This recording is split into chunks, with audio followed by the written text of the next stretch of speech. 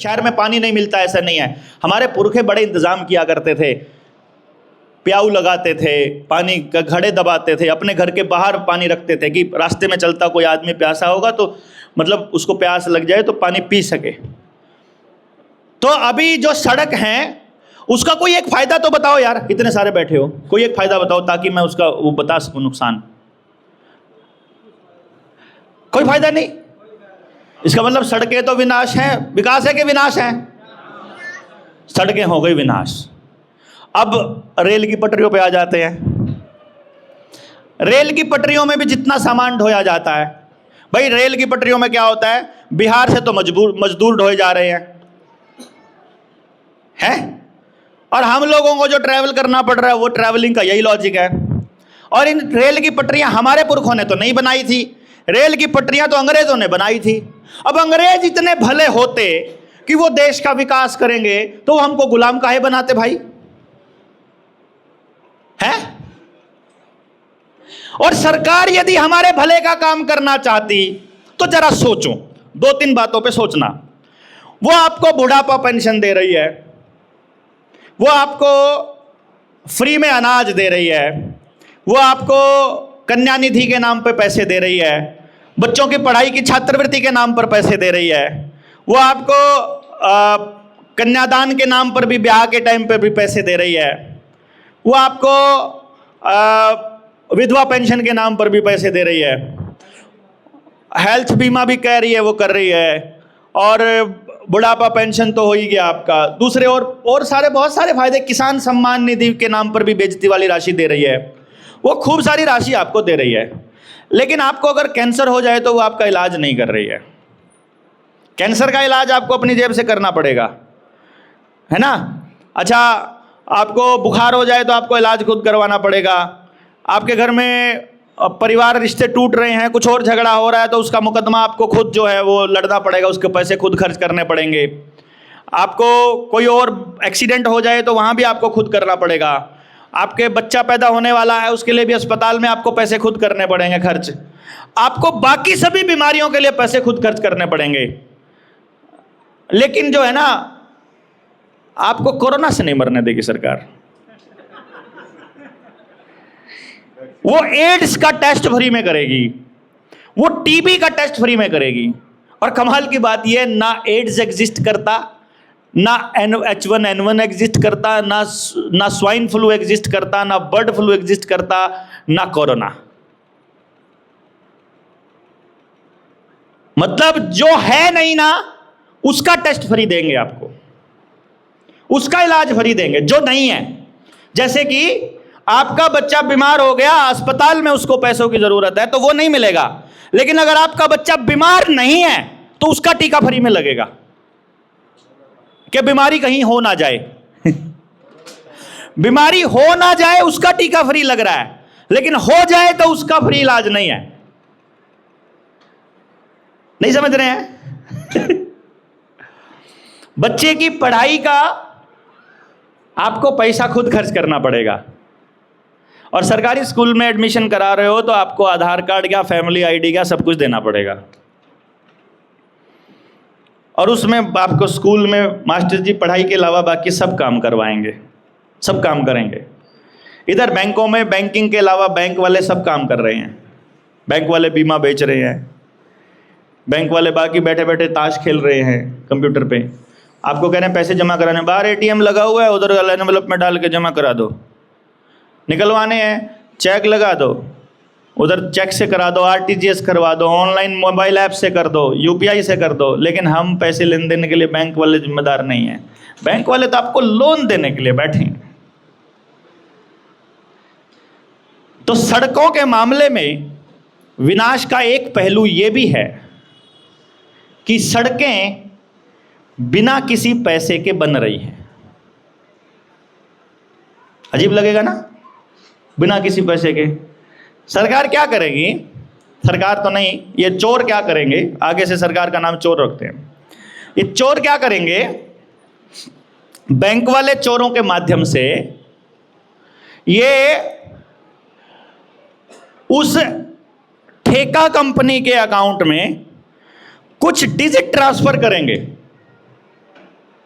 ध्यान देना, ये पैसे नहीं देते हैं किसी को, वो डिजिट ट्रांसफर करते हैं, वो भी डिजिट ट्रांसफर करते हैं, वो भी डिजिट ट्रांसफर करते हैं। ये सारा प्रोसेस ये डिजिट ट्रांसफर करने में चल जाता है। उन्होंने कंपनी के अकाउंट में डिजिट ट्रांसफर किए, उन्होंने आगे ट्रांसफर किए, उन्होंने आगे किए, सामान लिया, जितने ट्रक लिए वो लोन पर लिए, जितने गाड़ियां ली वो लोन पर ली, जितना मजदूर लिए वो ले लिए। अब उसको डिजिट ट्रांसफर कर दिए गए सभी को, और उसकी भरपाई फिर कैसे करेंगे? उसकी भरपाई फिर हम करेंगे, उसको पूरा हम करेंगे। कैसे? हम खेत में मेहनत करेंगे, एक अनाज के दाने का 50 दाना बनाएंगे, उस दाने को मंडी में देंगे, वहां से जो हमको डिजिट मिलेंगी वो हमारी कमाई है, और वहां जो डिजिट ट्रांसफर हो रही है वो छपाई है। यानी कि देश की जनता दिन रात मेहनत करके पैसा कमाती है और उतना ही पैसा वो लोग छाप लेते हैं। यानी आप जितनी मेहनत कर रहे हो सारा पैसा किसको दे रहे हो? उनको, चोरों को, सरकार को नहीं, चोरों को। सरकार तो हम हैं। नहीं समझे क्या? आप भी सारी कमाई उनको देते हो और खुद खोखले के खोखले रह जाते हो। इसीलिए आपके घर से रोज असली धन कम हो रहा है। असली धन क्या क्या? आपका परिवार, आपकी सेहत, अनाज, धन धान्य, सोना चांदी, दूसरी धातुएं, पशुधन, ये सब कम हो रहा है ना? ये सब कम हो रहा है।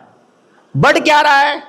बीमारियां, अकेलापन, अपराध, नशा, टेंशन, डिप्रेशन, ही बढ़ रहा है कॉन्टिन्यूसली, क्योंकि हमने एक दूसरे को मजबूत करना बंद कर दिया और चोरों को मजबूत करना स्टार्ट कर दिया। इसलिए हम सब लोग खोखले होते रहते हैं। तो ये तो हुआ सड़क का, ये हुआ रेल का। अच्छा, रेल का ऊपर आ रहा था मैं कि अंग्रेज इतने भले होते तो भैया वो आपके यहाँ रेल अपने फायदे के लिए बनाते क्या? लेकिन एक बार रेल नेटवर्क्स को गौर से देखो। नए वाली जो, जिसको उन्होंने बुलेट ट्रेन कह करके, वो एक फिल्म में आता है ना कि वो बिरयानी कह करके कौवा खिला दिया, ऐसा करके एक डायलॉग आता है ना। वो काम बुलेट ट्रेन के नाम पर आप लोगों के साथ हुआ। जिसका गांव या जिसका घर आसपास लगता है इस नए वाली ट्रैक के, जो नए ट्रैक बने ना, एलिवेटेड ट्रैक बना रेलवे का, नए एलिवेटेड हाईवे बने हैं, तो आपको जानकर बड़ा आनंद आएगा जब आपको पता चलेगा कि भारतमाला के जितने भी प्रोजेक्ट हैं, जो 20-20 फुट ऊंचे रोड बनाए हैं, इन रोड का ठेका नितिन गडकरी का बेटा और गौतम अडानी को मिलके मिला हुआ है। ठीक है?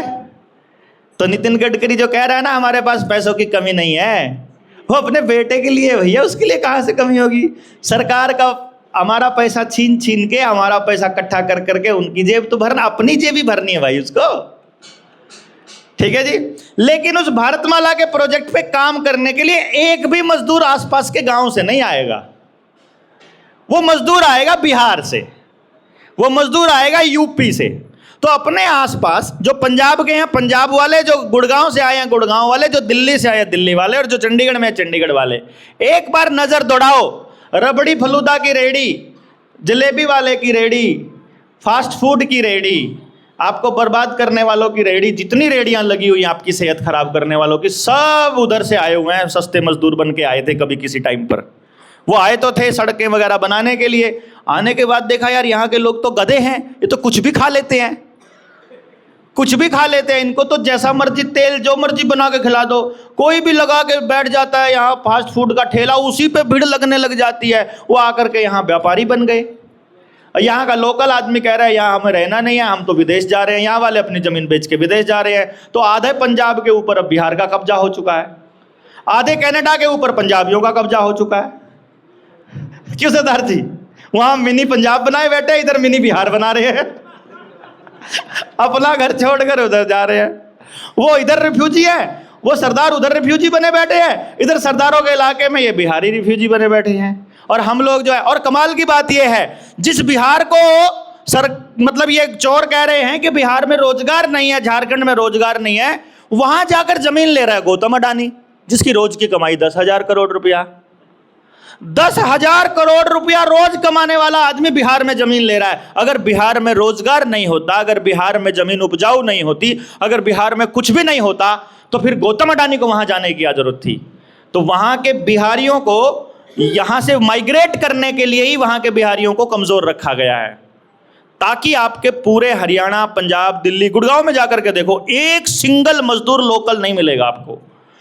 ऑटो वाला कोई लोकल नहीं मिलेगा, रिक्शा वाला लोकल नहीं। शिमला में भी जितने भी फास्ट फूड की रेहड़ियां रोड के ऊपर लगी हुई हैं, मनाली में भी जहां देखोगे वहां से वो सब बिहारी लोग जो है वो माइग्रेट हो गए हैं। और वो माइग्रेशन के बाद हो क्या रहा है कि बिहार के अंदर सोने की, कोयले की, बॉक्साइट की बेशुमार खदानें निकल रही हैं, जहां का बिहारी अगर वहां पे अपना पैसा, अपना सोना मांगने लग जाएगा तो देना पड़ेगा, इसलिए बिहारी को वहां से खदेड़ रहे हैं वो लोग, और बिहारी समझ नहीं रहा है।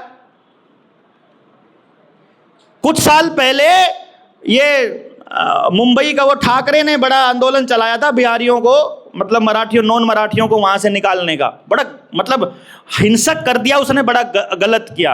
उन्होंने उनको जागृत नहीं किया, उन्होंने उनको बताया नहीं कि खेल क्या है। आपको दूसरे शहर में जाकर ही रोजगार क्यों मिल रहा है भाई? समझ में नहीं आ रहा है कि आपको वहीं के जहां से आप निकल रहे हो वहां कोई और आके रोजगार कर रहा है, ऑलरेडी कर रहा है। नहीं कर रहा है तो बताओ, आपको नहीं मिल रहा वहां रोजगार, वहां से दूसरे किसी को मिल रहा है। इसका मतलब यह है कि यह पूरा का पूरा गेम प्लान रचा गया है।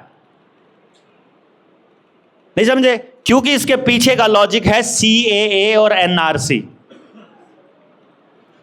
जो व्यक्ति अपनी मूल जगह पर रहता है, जिसके कागज बाप दादा के वहीं के हैं, वो आदमी इस धरती का असली मालिक है। उस पर इस सरकार का, इन चोरों का, सरकार फिर गलती से बोल जाता हूं, इन चोरों का, जिसको पार्लियामेंट कहते हैं, जिसको विधानसभा कहते हैं, जिसको पुलिस कहते हैं, जिसको आर्मी कहते हैं, जिसको ये लोग अपना शासन कहते हैं, जो व्यक्ति अपनी मूल जगह पर है, उसके ऊपर इनका कोई नियम लागू नहीं होता है। यह धरती का कानून है। इसीलिए वो हर आदमी को बाहर भेजना चाहते हैं। गांव छोड़ करके या तो शहर आ जाओ, और यदि आप शहर आने से मना करोगे, अगर आपका गांव शहर के नजदीक है और शहर में आने से मना कर दोगे, तो वो शहर को बढ़ाते बढ़ाते, सेक्टर बढ़ाते बढ़ाते गांव को अंदर ले लेंगे। गांव को गांव नहीं छोड़ेंगे, क्योंकि असली भारत गांव है। तो उन्होंने गांव का स्ट्रक्चर खत्म करना है, उनको गांव की व्यवस्था खत्म करनी है, और शहर की व्यवस्था अंग्रेजों की व्यवस्था है। यह समझने की बात है। समझ रहे हैं आप बात, असली कहानी? आपको कि ये शहर विकास लग रहा है। अरे जब शहर में स्कूल में बढ़िया एजुकेशन हो सकती है, शहर में अस्पताल हो सकता है, तो गांव में काहे को नहीं हो सकता भाई?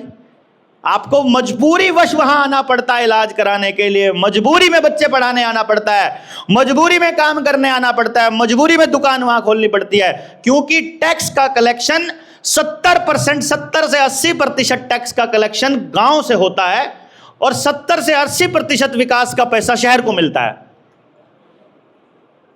जिसको विकास का पैसा कहते हैं। क्योंकि हम सारा उसी को दे देते हैं कमा के, GST भी उसको, इनकम टैक्स भी उसको, फलाना टैक्स भी उसको, सुबह से लेकर रात तक सारा टैक्स उसी को पकड़ाते हैं, अपने पास कुछ रखते ही नहीं है। नहीं समझे? तो वो अपनी व्यवस्था को मजबूत करने में दिन रात लगे हुए हैं। आप पैसा कमाने में लगे हो, वो पैसा छापने में लगे हैं। तो जी भारतमाला का प्रोजेक्ट, जो बात कह रहा था वो पूरी कर लेता हूं। जो भारतमाला का प्रोजेक्ट और जो एलिवेटेड हाईवे का प्रोजेक्ट है, सबसे पहले देखो ये कहां कहां से गुजरते हैं। आज तक किसी ने मैप के ऊपर वो भारतमाला का प्रोजेक्ट नहीं उठाकर देखा। अगर उठाकर देखोगे तो आपको भयानकता नजर आएगी। क्या भयानकता नजर आएगी? कि पूरे भारत को ऐसे ऐसे ऐसे और ऐसे ऐसे ऐसे टुकड़ों में काटा जा चुका है उस रोड के जरिए। नहीं समझे? और इन लोगों ने कृत्रिम बारिश का प्रैक्टिकल अब तो बता दिया। कर तो ये 1940 से कर रहे हैं, 1945-48 में, तब से कर रहे हैं कृत्रिम बारिश। लेकिन उन्होंने अब तो बता दिया, यानी कि बारिश करते समय बारिश के पानी के साथ कौन सा केमिकल ये नीचे डालेंगे, मर्जी से डिसाइड कर सकते हैं। कौन से टुकड़े पर कौन सी बारिश करनी है मर्जी से कर सकते हैं। यानी आपकी खड़ी बारिश को, खड़ी खड़ी फसल को जब चाहे नष्ट किया जा सकता है कि नहीं किया जा सकता।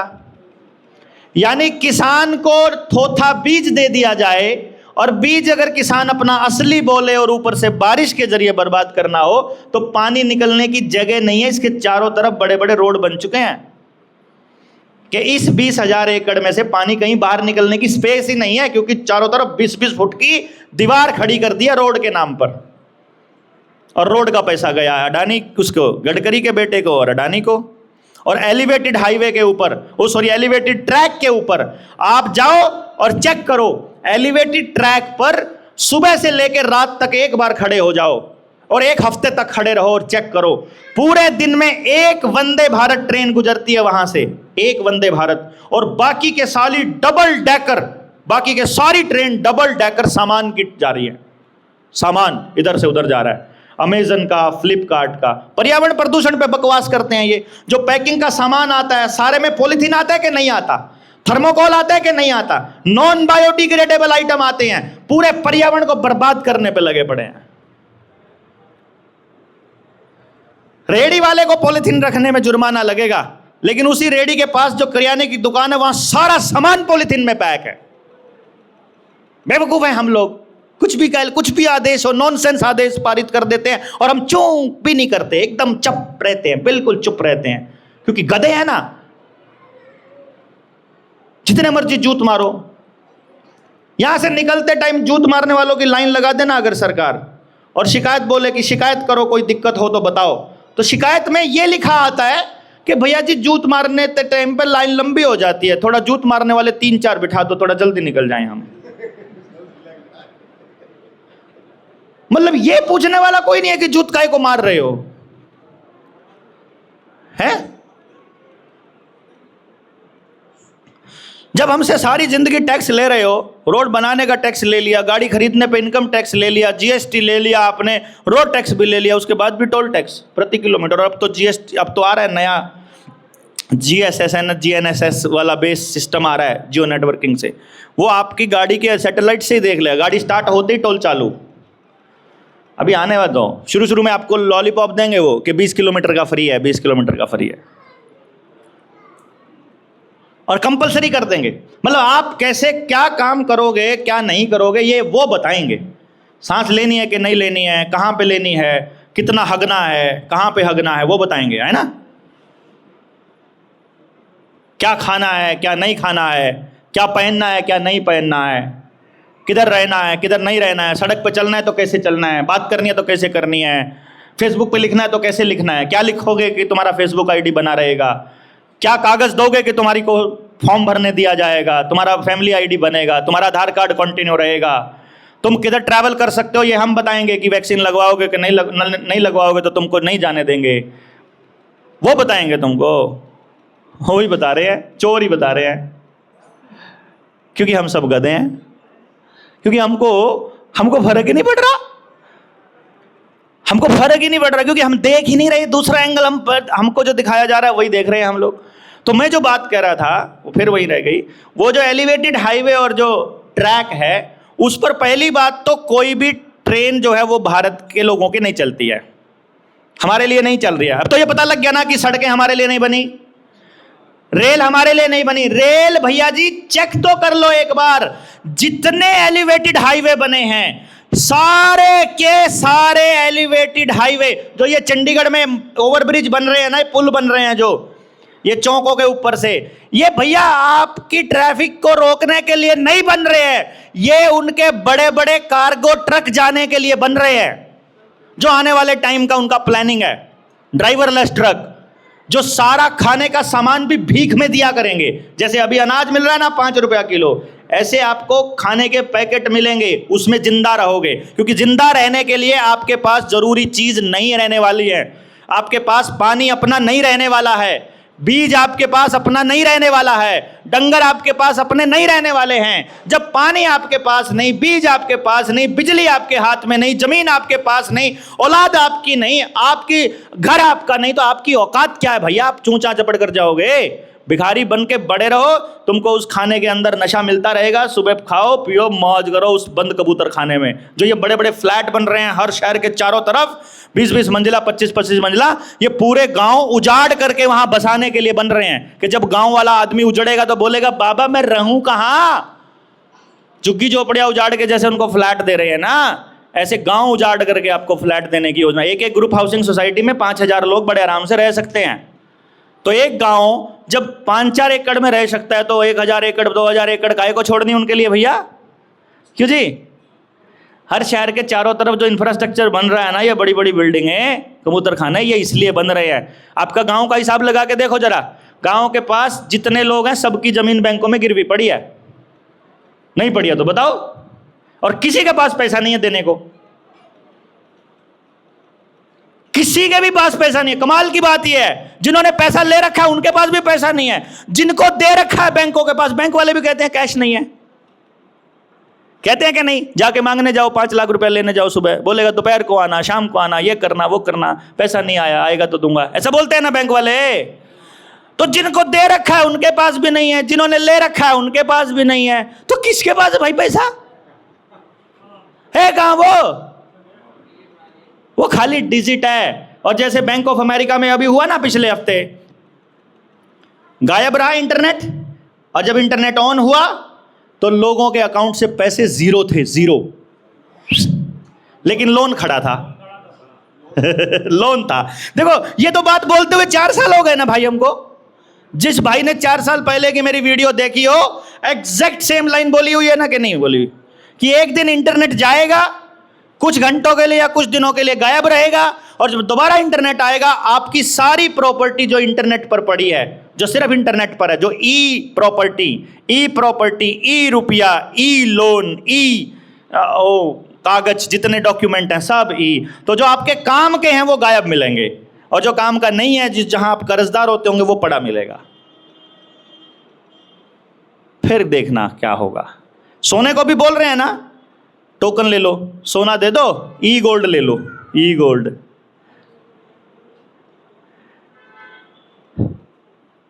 तो जितने हाईवेज ये बन रहे हैं और जितने भी ये ट्रैक बन रहे हैं एलिवेटेड, ये सारे के सारे बंदरगाह से लेकर बंदरगाह तक बन रहे हैं।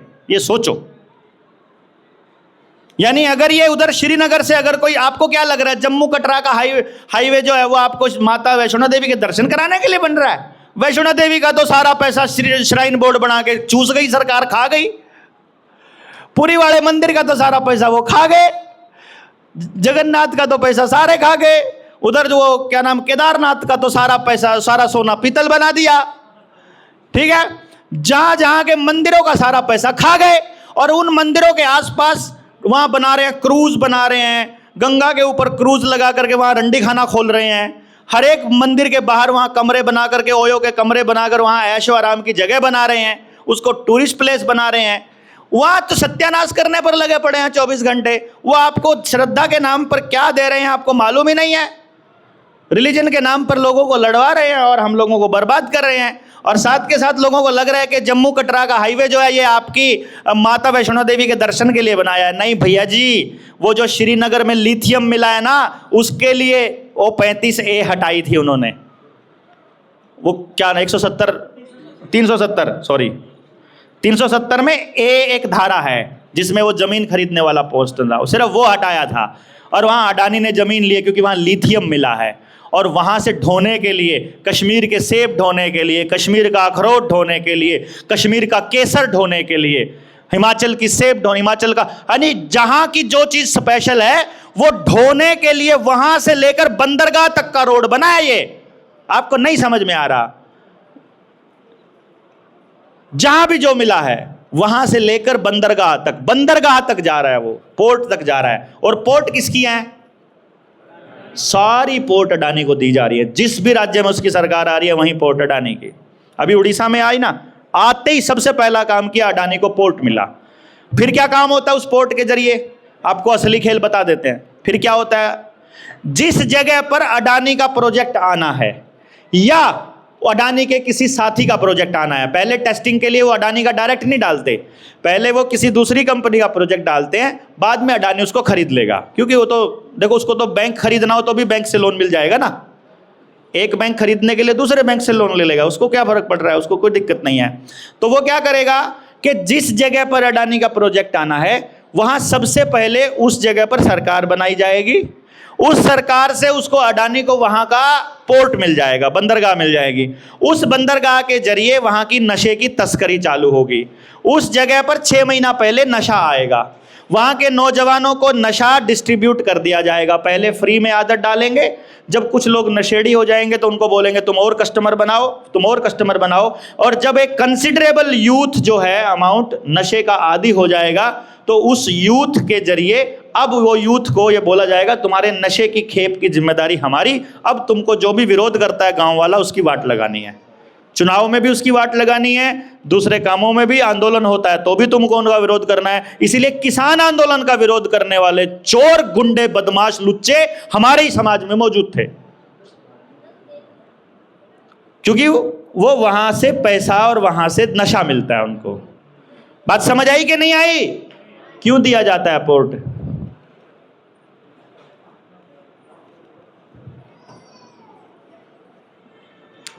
तो जी रेल आपके विकास के लिए है, रोड आपके विकास के लिए है, सड़कें नहीं। आपको क्या करना है अभी या बाद में, कभी भी, क्योंकि अब आप एक परिवार के आदमी हो गए, अभी आप एक सिस्टम के अंदर आ गए, आप साथ में आ गए, तो आपको सवाल पूछने का हक हो गया। आपने अपने जीवन के 3 दिन यहाँ बहुमूल्य दिए हैं। देखो, जो अगर कोई भाई यहाँ पर अपने कर्जे को लेकर के था, तो मैं आज आपको अपना मतलब यहाँ का एक नंबर देंगे हम, आज अभी लंच टाइम या उसके बाद या शाम तक आप उस नंबर पर अपनी डिटेल्स भेज दो, तो आपको आपका जो लोन वाली प्रक्रिया है वो तो हो जाएगी सॉर्ट आउट। लोन वाली प्रक्रिया इतने बड़ा खेल नहीं है, ठीक है, वो प्रॉब्लम नहीं है।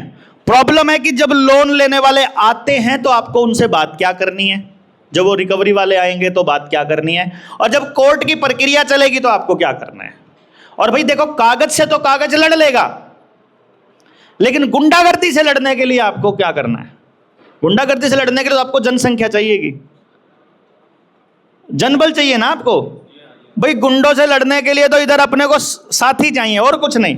भाई जबरदस्ती करा, अभी होटल में हमारी टीम को, साथियों को, ये सचिन भी वहाँ पे मौजूद था भाई, अभी हम लोगों को क्या किया, सुनील गया, सुनील भी था, अच्छा करण था, राजेश भाई थे, हमको उठा लिया, ठीक है, एक संदीप भाई था हमारा यमुनानगर से, सुबह उठा लिया, पूरा दिन पीटा, पूरा दिन पीटा हमको, 6 के 6 को उल्टा लटका के, टांगे, मतलब ये टांगे, ये कमर, क्या तो छोड़ा नहीं, हाथ पैर सब। और उसकी राजेश की तो, उस करण की उंगली, मेरे ख्याल राजेश की उंगली गई, पट गई थी, ठीक है, करण के पैर की उंगली गई थी, हम लोगों को वैसे नील पड़े थे। अच्छा, शाम को छोड़ दिया, बताओ क्या करोगे? कोई आरोप नहीं, कोई शिकायत नहीं, सिर्फ एक ही बात, भाई सीएम हाउस से ऑर्डर था, भाई ऊपर से ऑर्डर था, हम कुछ नहीं कर सकते, इनको सीधा करना है, इनको नेता बनाना है। बन लो नेता, है कि नहीं? इससे कैसे बचोगे? हमको शाम को छोड़ भी सिर्फ इसलिए दिया कि उनको पता था कि इतनी पब्लिक है, शाम तक आ जाएगी, तो पीछा छोड़ा। होटल की बात है, पलवल की है, पलवल होटल हरियाणा में, ठीक है। यही काम यूपी के हमारे साथियों के साथ किया, आजमगढ़ में यही हुआ, किसान यूनियन लेके पहुंच गए, इसीलिए छोड़ दिया। उनको मालूम है कि किसान यूनियन आ जाएगी शाम तक, जब तक शाम तक खबर जाएगी। पहले तो साथियों को यही नहीं पता ना कौन लेकर गया, कहाँ लेकर गया। देखो, हमको तो ले गए, बाहर के साथियों को तो वो डीएसपी ये कह रहा है ना, बस अभी आ रहे हैं, बस आधे घंटे तक अभी आ रहे हैं। अब वहाँ बैठा किसान नेता बोल रहा है अपने साथियों को पूरे हरियाणा में, कोई नहीं आ रहे हैं, बस कोई नहीं आ रहे हैं। ऐसे करते करते शाम हो गई। शाम को जब हमको पकड़ाया तो हम सारे टूटे हुए थे।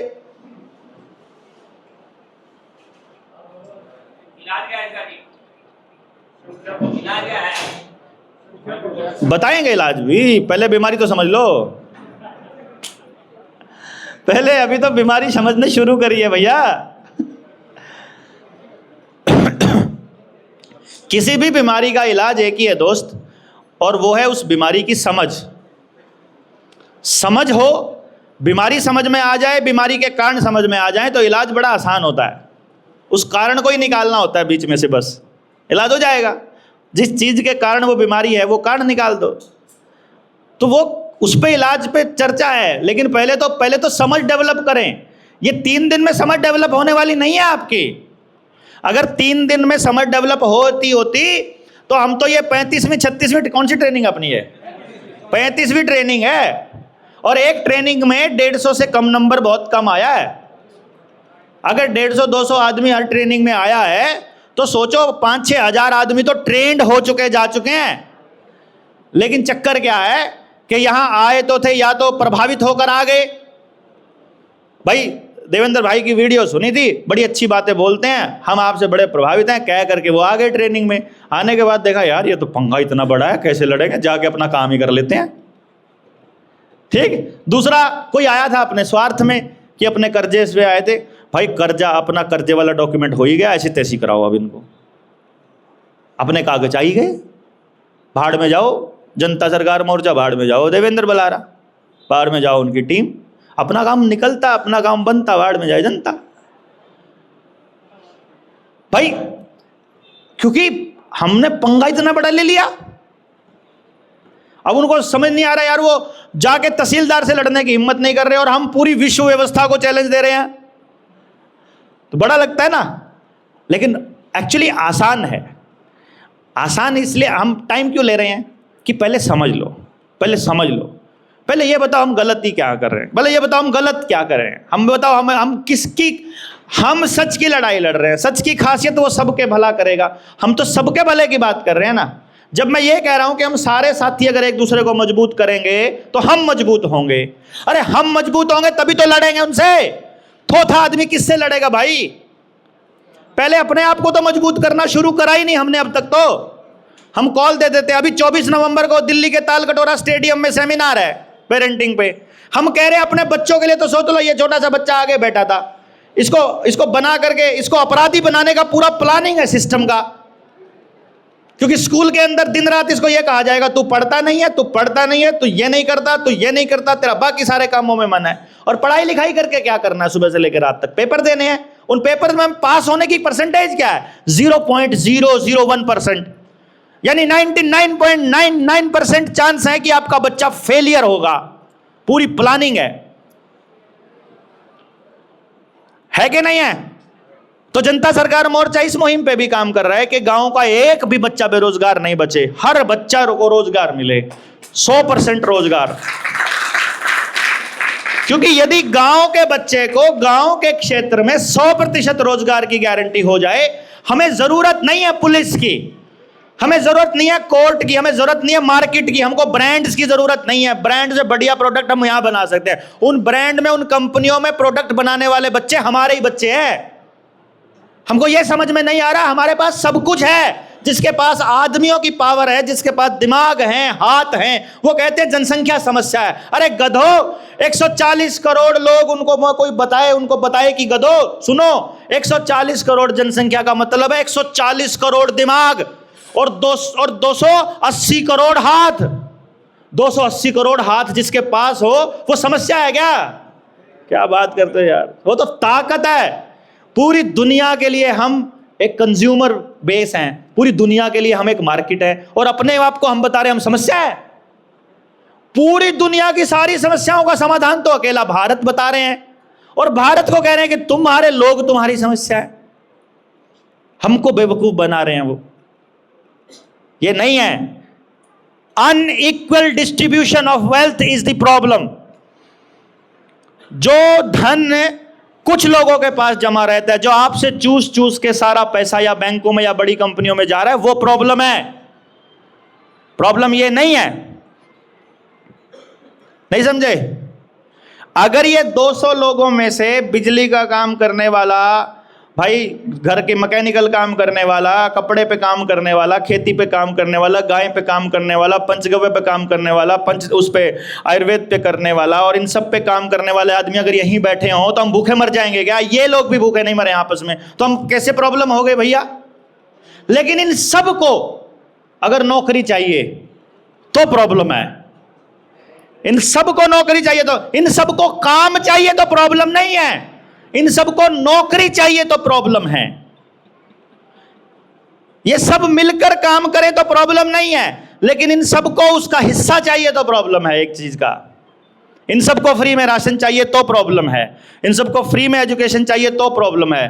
अरे भैया हमारे में से पढ़ाने वाले लोग हों वो पढ़ा दें, उनके घर का खर्चा चला दे, बाकी सारे के सारे हो गया काम खत्म यार। समस्या ऐसी तैसी कराओ तुम लोग, हमको नहीं चाहिए तुम्हारा स्कूल, अस्पताल, तुम्हारा न्यायिक सिस्टम, तुम्हारी पुलिस, तुम्हारा कानून, कुछ नहीं चाहिए। और जो व्यक्ति अपने गांव में रहता है और जिसकी व्यवस्था जल, जंगल, जमीन और जानवर पर आधारित है, वो नॉन जुडिशियल है, उसके ऊपर इस पुलिस का कानून नहीं चलता है। ये बात कौन बताएगा?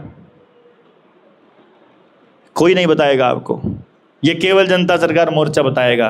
इसीलिए सीएए और एनआरसी ला रहा है, इसीलिए यूनिफॉर्म सिविल कोड लाया जा रहा है, इसीलिए वन वर्ल्ड वन गवर्नमेंट लाई जा रही है, इसीलिए वन नेशन वन इलेक्शन ला रहे हैं, इसीलिए वन नेशन वन कार्ड ला रहे हैं, इसीलिए वन नेशन वन हेल्थ आ रहा है, इसीलिए वन वन वन वन चल रहा है सुबह से लेकर रात तक इनके दिमाग में। ये नहीं समझ में आ रहा है। ये पूरा न्यू वर्ल्ड ऑर्डर का खेल अगर लोगों को समझ में नहीं आएगा तो बात नहीं बनेगी। इसीलिए हम लोग एक एक पहलू पर एक्सप्लेन करके बताते हैं आपको। अभी तो एक ही पहलू है ना। आज का टॉपिक क्या था अभी तक का? At what cost. आपको बच्चे की शिक्षा चाहिए, कॉस्ट क्या है उसकी? सुनना जरा। सुबह आपका बच्चा खेत में नहीं जा सकता, आपका बच्चा आपके घर में उठेगा, उठते ही नहाएगा धोएगा, भूख उसको लगी नहीं है फिर भी थोड़ा बहुत कुछ खाएगा, बिना भूखा खा करके वो बस में बैठेगा या रिक्शा में बैठेगा या गाड़ी में बैठेगा, वो स्कूल में जाएगा। स्कूल में मैडम मास्टर जी सारा दिन उसको लाइन में लगा के रखेंगे। फ्रीडम नाम की कोई चीज़ नहीं है। अपनी मर्जी से कुछ लिख नहीं सकता, अपनी मर्जी से कुछ बोल नहीं सकता, अपनी मर्जी से खेल नहीं सकता, अपनी मर्जी से कुछ सोच नहीं सकता, अपनी मर्जी से एग्जाम में नहीं लिख सकता, अपनी मर्जी से कुछ भी नहीं कर सकता। और शाम को आकर के वही बच्चा फिर वही लिखेगा जो मैडम ने बोला है, और आप अपनी मर्जी से उसको कुछ नहीं पढ़ा सकते, कुछ नहीं सिखा सकते। और फिर वो उसके अंदर मोबाइल देखेगा, उस मोबाइल में भी वो अपनी मर्जी का कुछ नहीं देख सकता, वो जो दिखाना चाहते हैं वही देखेगा। और फिर वो ऐसा करते करते टीवी या कार्टून देखेगा या गेम खेलेगा, उस गेम में भी सिर्फ हथियार चलेंगे और उसमें सिर्फ 3 पत्ती वाले गेम चलेंगे, सारा काम ये चलेगा। और फिर रात हो जाएगी और फिर वो सो जाएगा। तो आपके बच्चे की पढ़ाई एट व्हाट कॉस्ट? सेहत उसकी खराब हो रही है, सोचने की क्षमता उसकी खत्म हो रही है, दौड़ने की क्षमता उसकी खत्म हो रही है, स्ट्रगल करना वो नहीं सोच रहा, मतलब स्ट्रगल करना वो नहीं सीख रहा, अपने विवेक का इस्तेमाल करना वो नहीं सीख रहा। तो 20-25 साल का होने तक उसको ऐसे ही गधे की तरह ऐसी शिक्षा दी जाएगी जिसमें उसकी अकल का कुछ नहीं है। और बाद में जब वो नौकरी मांगने जाएगा और उससे पूछेंगे स्किल क्या है, तो वो कहेगा स्किल तो पता नहीं जी, बीटेक करी हुई है। स्किल कुछ नहीं है, बीटेक करी है। आता कुछ नहीं करना लेकिन बीटेक करी है कि नहीं? कमाल है ना? यही हो रहा है ना, या इसके अलावा कुछ हो रहा है? तो आपके बच्चे की पढ़ाई, ये वाली पढ़ाई एट व्हाट कॉस्ट? यही था ना क्वेश्चन शुरू से, किस कीमत पर?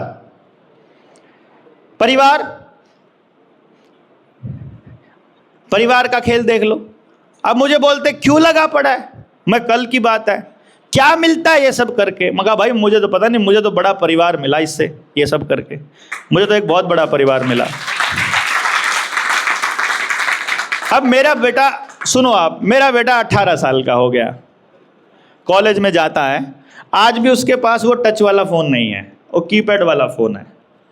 पहले बचपन में उसे मैंने रोका थोड़ा सा, बड़ा हो गया तो अब उससे पूछते हैं कि तू वो वाला फ़ोन ले ले, तो बोलता ज़रूरत नहीं है, क्योंकि मैंने उसे बोला देख बेटा अब तू 18 का हो गया, अब तो अपने विवेक का इस्तेमाल कर, अपनी बुद्धि का इस्तेमाल कर। कॉलेज में जा और कॉलेज में जाकर अपने साथ के लड़के लड़कियों को देख और एक बार जांच देख, जिनके पास टच वाला फ़ोन है वो पूरा दिन उसका क्या इस्तेमाल करते हैं और जीवन में उपयोगी उसमें क्या करते हैं वो उस फ़ोन में, जो तू ऐसे नहीं कर सकता, जो तू किताबों से नहीं कर सकता या अपनी अकल से नहीं कर सकता। उसने वो ऑब्जर्वेशन करके मेरे को पहले ही बोलता, पापा पता है सब बेवकूफ़ गधों की तरह उस फ़ोन में लगे रहते हैं, कुछ भी काम का उसमें मिलता नहीं है, मेरे को वो वाला फ़ोन चाहिए ही नहीं, ये वाला ठीक है कभी कांटेक्ट करने के लिए बढ़िया है। अच्छा जी, कभी पैकेट का खाना वो नहीं खाता, बाहर का खाना वो नहीं खाता, 4 बजे उठता है अपने आप से, स्टेडियम में जाता है, 3 घंटे 4 घंटे सुबह खेलता है, 3-4 घंटे शाम को खेल लेता है, दिन में पढ़ भी लेता है, पढ़ा भी लेता है, लिख भी लेता है, अपनी मर्जी से करता है, कोई चीज़ ज़बरदस्ती उसके ऊपर नहीं है। हमसे बात करना चाहता है, सबसे बड़ी अचीवमेंट है, 18 साल की उम्र में हमसे बात करना चाहता है, हमारे साथ चिपका रहना चाहता है, हमारे साथ समय बिताना चाहता है। आजकल के 12-13 साल के बाद बच्चे बात करना नहीं चाहते माँ बाप से, ठीक है। तो इतनी सारी अचीवमेंट हो गई हमारी, तो मैं ये मानता हूँ भैया सबसे बड़ी अचीवमेंट तो यही है कि हमने फ़ोन नहीं है हमारे बेटे के पास है। दूसरी बड़ी अचीवमेंट है कि उसको खाने का, बाहर खाने का कोई शौक़ नहीं है। उससे भी बड़ी अचीवमेंट ये है कि बीमारी नहीं होता अगला, टचवुड है। 28 साल से तो मैंने कोई टैबलेट नहीं ली किसी केमिकल इसकी, एलोपैथी की। 19 साल हमारी शादी को हो गए, मेरी पत्नी ने कभी नहीं ली, मेरे बेटे ने कभी नहीं ली, ठीक है। अच्छा भाई, जब पता नहीं था पत्थरी हो जाती थी कभी कभी, उसके तो लिया, उसका तो लगाया इंजेक्शन। लेकिन बड़ी बात यह है कि वो बीमारी नहीं थी, वो मालूम नहीं था हमको उसका इलाज। बाद में पता चला कि उसके बिना भी इलाज है, तो वो हो गया, उसके बाद अब फिर जरूरत नहीं पड़ी। इतनी सारी अचीवमेंट के बाद अब पंगा ये है कि 18 साल का होने के बाद, 18 तक तो अपनी छाती को चिपका के रख लेंगे बच्चे को बचा के दुनिया की गंदगी से। 18 के बाद तो कॉलेज में उतारना पड़ेगा कि नहीं उतारना पड़ेगा? उतारना पड़ेगा ना। इसका मतलब समाज में जाएगा ही जाएगा, तो जैसा समाज होगा वैसा हमारा बच्चा सीखेगा। और दूसरा नंबर, शादी तो घर के घर में नहीं कर सकते भाई, शादी के लिए तो समाज से ही बेटी चाहिएगी कि नहीं। तो अगर उस कचरा सोच की अगर बेटी होगी, वो मेरे घर को भी आके कचरा बनाएगी ना, तो समाज के ऊपर काम करना मेरी मजबूरी हो गई एक तरह से, और आपकी भी मजबूरी है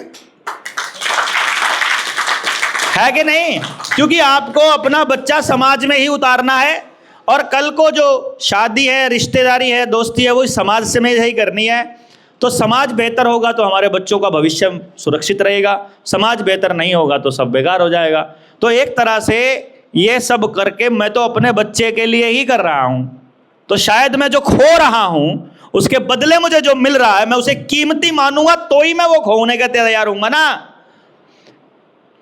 जैसे आपके पास 10,000 रुपया जेब में होते हुए आप इस चीज के लिए 100 रुपए भी खोना नहीं चाहते हो, और अगर आपको जरूरत नहीं है तो आप 1 रुपए में भी नहीं लोगे इसको, मैं गारंटी से कहता हूं, जब जरूरत ही नहीं है यार। और अगर जरूरत है तो आप वो फोन को 10,000 में भी खरीदोगे, जिसको 1 लाख के फोन की जरूरत है वो 1 लाख में खरीद रहा है, भले ही वो दिखाने के लिए खरीद रहा है, पर वो ये मान रहा है कि 1 लाख रुपए में दिखा के जो मुझे टॉर मिलने वाली है वो उससे ज़्यादा की कीमत की है। यानी हर आदमी जो खर्च करता है किसी चीज़ के बदले में, वो उसकी कीमत का मूल्यांकन तो पक्का करता है, और जब वो उसका मूल्यांकन करता है तो उस मूल्यांकन में वो ये जरूर देखता है कि किस कीमत पर, और मैं इस कीमत पर वो चीज़ खरीदूं कि ना खरीदूं। तो सड़कें आपको जिस कीमत पर मिल रही हैं वो कीमत आपको मंजूर है तो ठीक है, नहीं मंजूर है तो लड़ना होगा। आपके बच्चे की शिक्षा जिस कीमत पर मिल रही है वो आपको मंजूर है तो ठीक है, नहीं तो लड़ना होगा।